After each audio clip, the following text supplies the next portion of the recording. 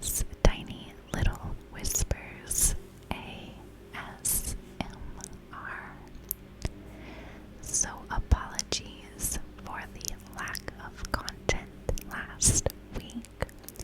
I definitely had plans to film stuff for you guys, but I ended up having corona and not even realizing it really.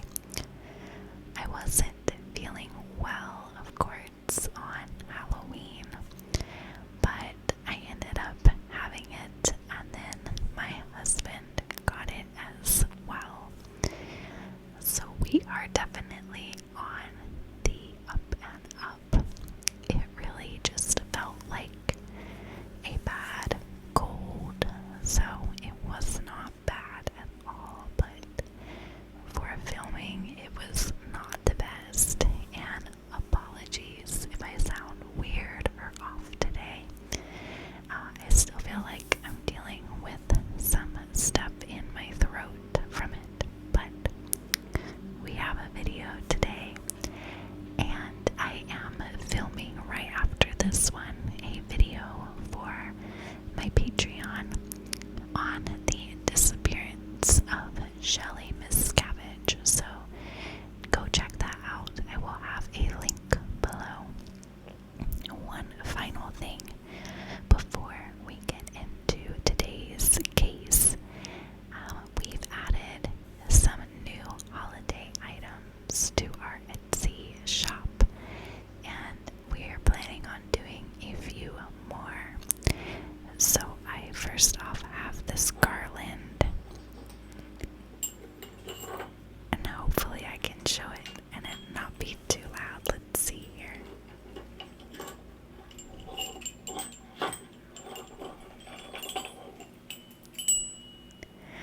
But it's this garland with little tiny, like, antique bells on it. I think they sound really pretty.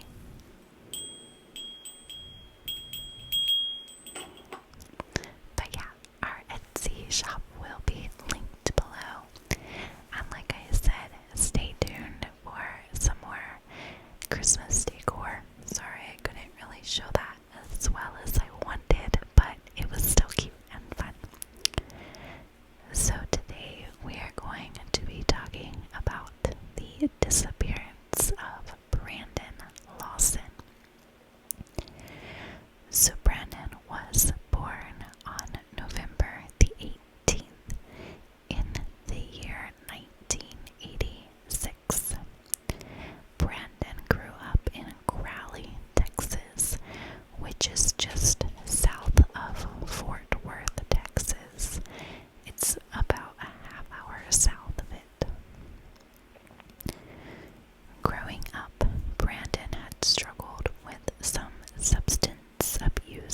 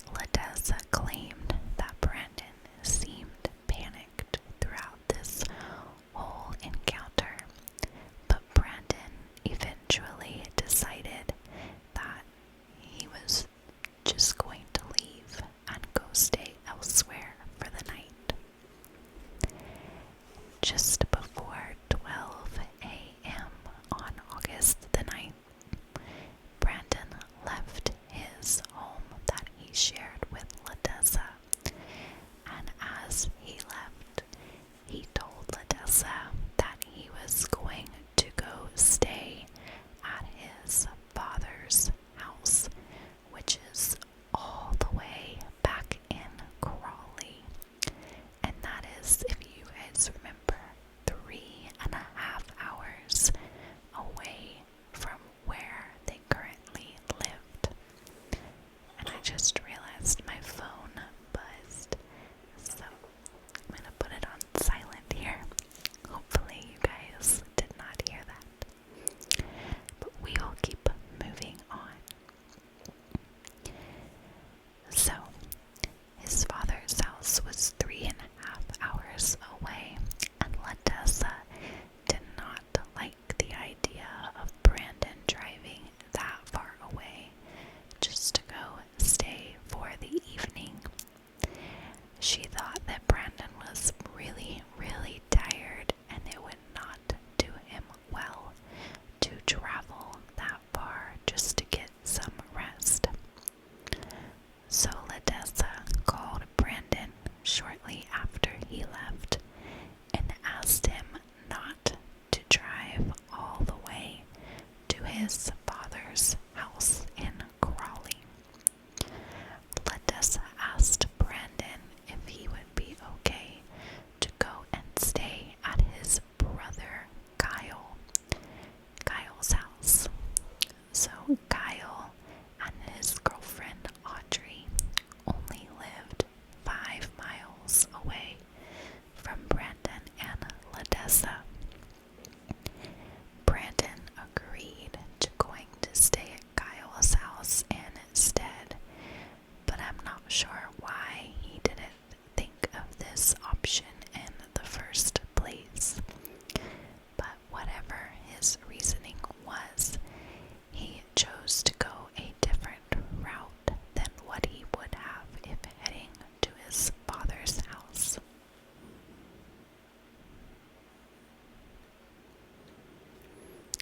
Brandon, at this point, began driving north on Highway 277 towards where his brother lived.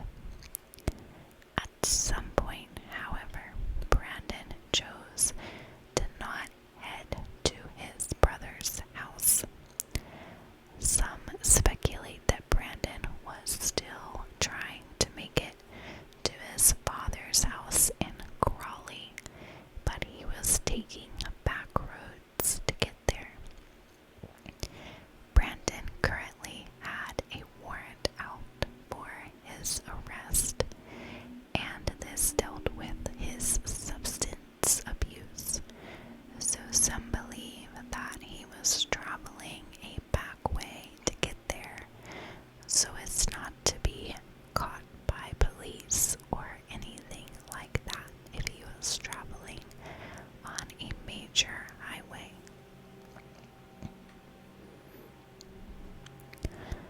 Close to 12:30 in the morning, Brandon called his brother Kyle and said that he was out of gas on the side of the road near Bront.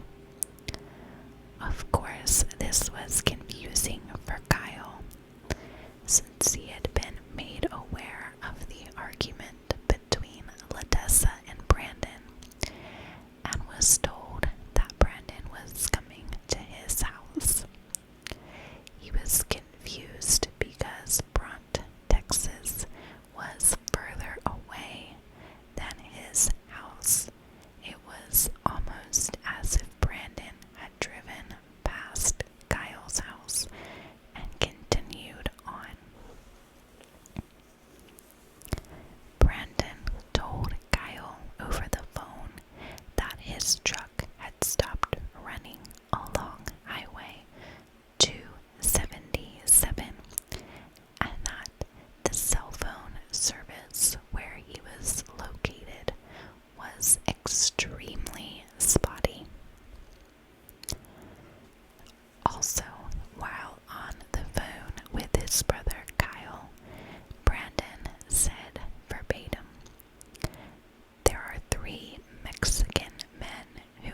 chasing me out of town.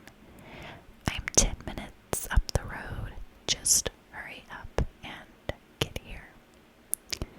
At this point, Kyle was concerned for his brother, but immediately thought that Kyle possibly abused drugs before the argument or after the argument, and believed that he was hallucinating and making this whole story up, basically. Kyle asked Brandon if he had been using drugs today and at this point, and Brandon said no, and reiterated the same story back to Kyle.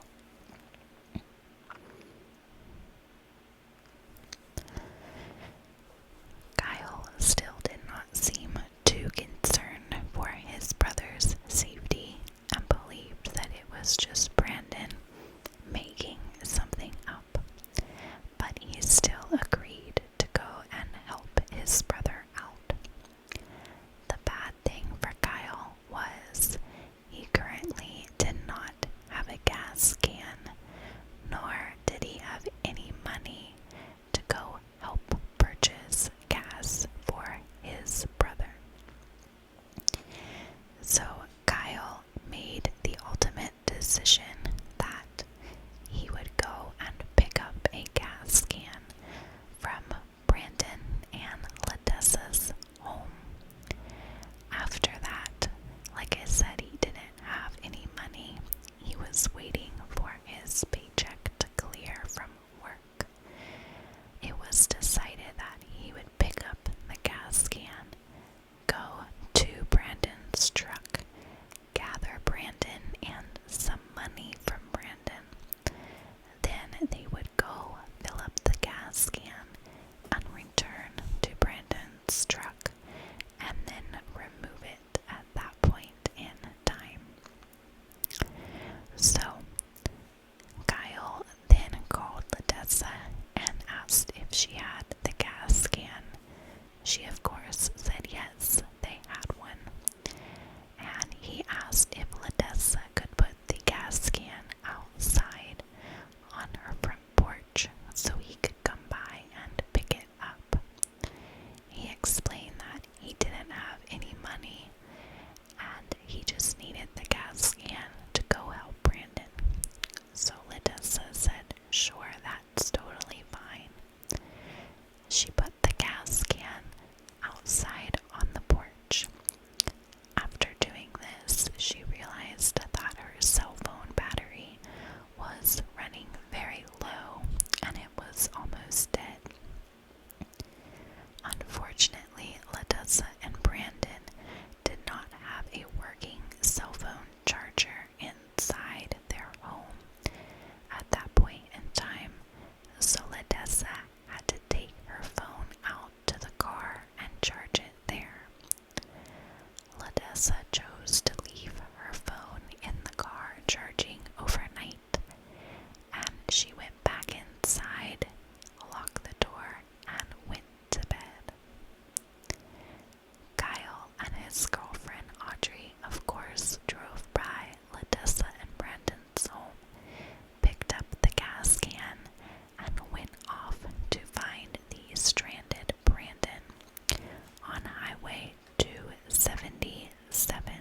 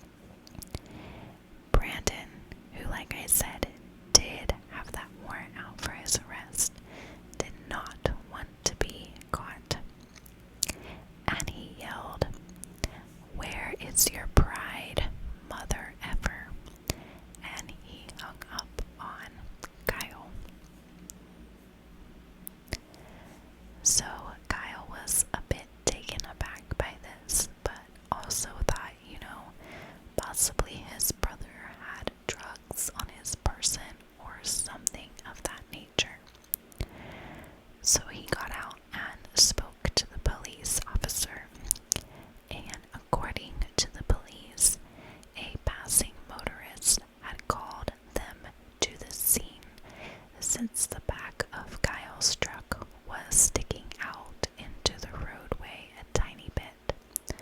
The motorist was worried that another passerby would end up hitting the truck accidentally.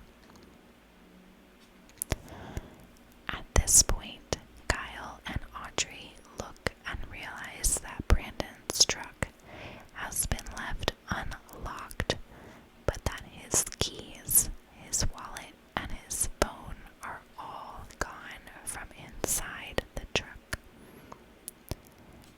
Kyle, Audrey, and the police officer look around for Brandon, but he is nowhere to be seen. At some point while Kyle and Audrey were searching for Brandon, Brandon called Audrey and told her that he was bleeding, but she wasn't really able to understand what he was saying since the cell phone connection was so bad. At this point, Brandon decided to call 911, but 911 was unaware at the time that it was Brandon calling him. It wasn't until 3 days after Brandon had gone missing before Ladessa was searching over his cell phone records, realized that he called 911, and she requested the transcript for that call. Here's what she found.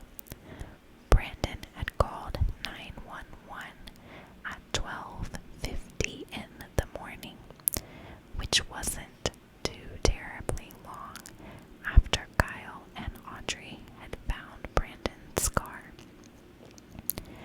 The call from Brandon to the dispatcher did not go well because once again the cell phone connection seemed to be bad. The dispatcher said that Brandon sounded terrified. When they first answered the phone, Brandon stated, "Yes, I'm in the middle of a field." There were some inaudible words in here, so I'll just skip over that part. But after he said, "I'm in the middle of a field," pushed some guys over right here, going towards Abilene on both sides. My truck ran out of gas. There's one guy here. The guy's chasing to the woods. Please hurry. The dispatcher said, "Okay, now run that by me one more time." Brandon said, "There'll be no talking to him. I accidentally ran into him." The dispatcher said, "Oh, you ran into him? Okay." Someone said something in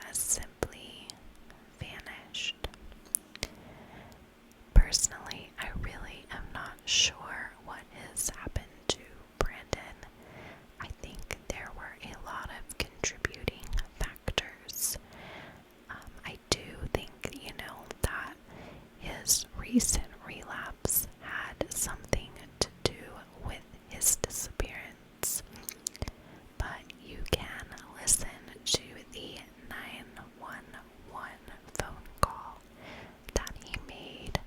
There are several videos on YouTube with the audio, and I would recommend you checking that out. It does almost seem as if there are other people there, so most likely this was a drug deal gone wrong type of situation. And the fact that the cops happened to show